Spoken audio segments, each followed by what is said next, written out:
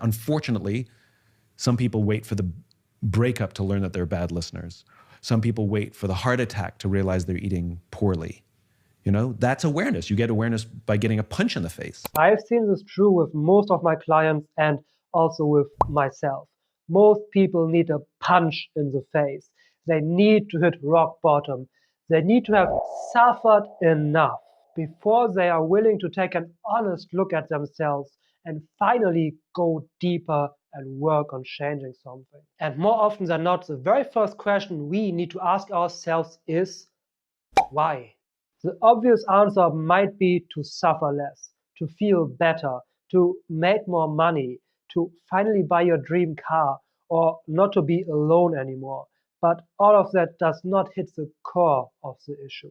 See, if you work on yourself or on your business, or if you try to unfuck your life for purely selfish reasons, there's nothing inherently bad or wrong with that. In fact, it's good, and you definitely should have these reasons. But it's not enough, because more often than not, it will leave you empty once you achieve it, and your life goes right back to, well, being fucked. Listen to Simon Sinek here. Our sense of joy and fulfillment and love and purpose comes from our ability to serve another human being. Have a child, tell me how your life changes. Fall in love, tell me how your life changes. Think about all the stupid things, irrational things we've done for love. We get on planes and travel around the world just to say, I love you. We do ridiculous things, and it all feels worth it.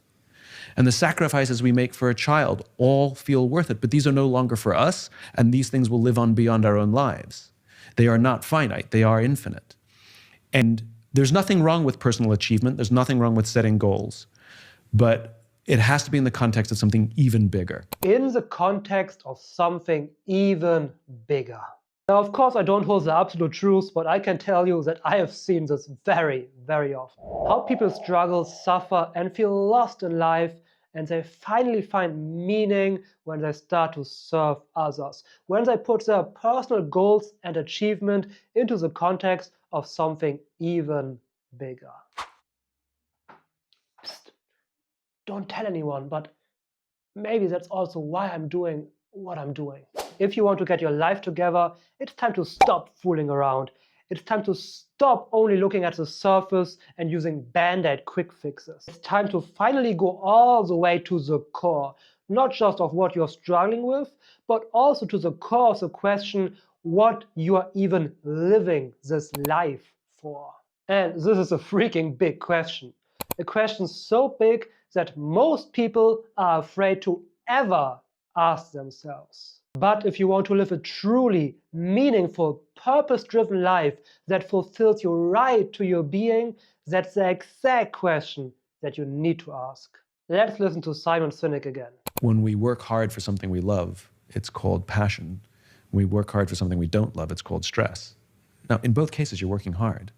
What's the difference between, doing something you love and you work late hours and you sacrifice your relationships and you sacrifice your family, but you look at it and say, it was hard, but it was worth it, versus losing all those things and all you do is get a Lamborghini at the end. It's like, was it worth it? I'm like, not so sure I'd do that again,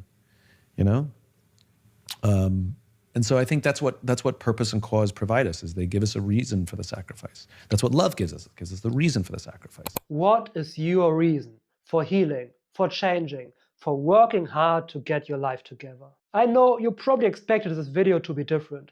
You probably expected me to give you a few steps that you can take to start unfucking your life. And that's it. The truth is, everyone promising something like this is just in for an attention grab or maybe a quick buck. But if you don't take care of these fundamentals, you will fall right back eventually. Or would you start building a skyscraper without taking care of the base first? According to Simon Sinek, putting what you do ultimately in the service of others is what will give you a true sense of purpose and a meaningful life. I'm not fully sure if I agree with that. I can see how it can be like this for most people, but I still respect that there are many, many individual differences. And while this is maybe true for everybody, who knows, I still think the absolutely most important thing is that you find whatever is the right thing for you. Don't live life or achieve what you want to achieve because your parents want it, because society wants it, or because I told you so or Simon Sinek told you so, but because it's your reasons. You want it to be fulfilled for yourself. But I definitely agree that it probably ultimately will be something much bigger than yourself. Let's listen to Simon Sinek again. The sacrifice for another really is the most beautiful thing we can ever do. I mean, that's kind of what love is. It's sacrificing for another. And all of these things, whether it's learning to be a better communicator, learning mindfulness and meditation, being in shape, if you can translate those things in for another, all of those things start to have a higher purpose. And that's very true. Sure, you might want to be a better communicator, but what for? Gain more favor or stuff from people? Believe me, it might feel good in the short term, but in the long run you will suffer if this is the only reason. But if you do it with the true intention of connecting better with others, of serving others somehow, it definitely has a higher purpose and is much more fulfilling. If you now say to yourself, okay, Philip, I get that. I understand where I have to start to get my life together, but where do I go from there? You are asking the right question. And we'll get to that in just a second, right after this next clip from Simon Sinek. And you can't assess yourself. You know, it's like, I mean, you know this from work, right? Which is at some point, somebody's going to have to give you feedback. At some point, you have to give somebody else feedback. Like, self-assessment is a thing, but it's not the only thing. It's a thing. It's a data point. And I'm a huge believer in self-assessment, but you have to have that buttressed with the assessments of others, because we are blind very often. We're social animals. We cannot do this thing called career or life alone. We're just not that smart. We're not that strong. We're not that aware. We're just not that good. As social animals, we actually need each other to watch our backs and tell us what's working and what's not working. Self-assessment is great, but you'll always have blind spots. So you need to get some feedback. And that feedback can come from family, friends, definitely your spouse or partner. In fact, if you want to learn a lot about yourself, or if you really truly want to understand who you are and where your insecurities and weaknesses and triggers and problems and struggles are, get into a close relationship with someone. Now I'm going maybe a little bit off rails here, but just spontaneously for just a few seconds. I believe this is also why we are seeing with the youngest generations that there's less and less commitment.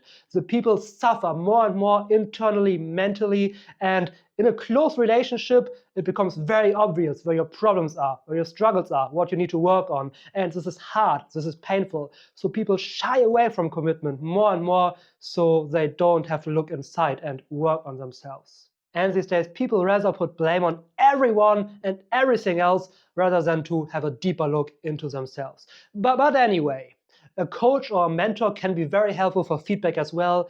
And I'm only half shilling myself here when I talk about that. Because if you're truly ready to go deeper, right to the core, and figure out what you want your life to look like and work on yourself on the deepest level possible, I invite you to accompany on my journey. And I walk you through it, talk more about my own experience, and help you with your next best steps in the video right over there. So be sure to check it out.